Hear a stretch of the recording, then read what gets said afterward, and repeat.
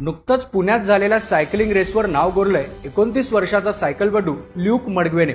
19 ते 23 जानेवारी दरम्यान पार पडलेली ही ग्रँड टूर भारतातली पहिली UCI 2.2 लेव्हलची इंटरनॅशनल मल्टीस्टेज रेस असल्यामुळे याची चर्चा खूप झाली। पण ल्यूकवर या सायकल रेसमध्ये जिंकण्याचं प्रेशर वेगळ्याच कारणासाठी होतं। सायकलिंगमध्ये करिअर करण्यासाठी आपलं घर सोडून ल्यूक स्पेनला शिफ्ट झाला होता। 2016 ते 2022 दरम्यान जगभरातल्या मोठमोठ्या सायकलिंग रेसमध्ये नाव गाजवत त्याचं करिअर पीकवर पोहोचलं होतं। पण जुलै 2022 मध्ये बेल्जियममध्ये रेसिंग करत असताना त्याला अपेंडिसायटिसचा त्रास सुरू झाला आणि करिअरला त्याच्या मोठा ब्रेक लागला। काहीच महिन्यांच्या ब्रेकनंतर ल्यूकने परतण्याचा निर्णय घेतला। 2023 ला न्यूझीलंडमध्ये सायक्लिक क्लासिक मधली एक स्टेज त्याने जिंकली सुद्धा। पण त्याच्यासाठी महत्त्वाचं होतं UCI 2.2 लेव्हलची रेस जिंकणं आणि त्यासाठीच तो पुण्यात आला। 437 किलोमीटरच्या ट्रॅकमध्ये वळणाचे रस्ते, बोबदेव घाटासारखे चढेमार्ग यामुळे खरी कसोटी होती।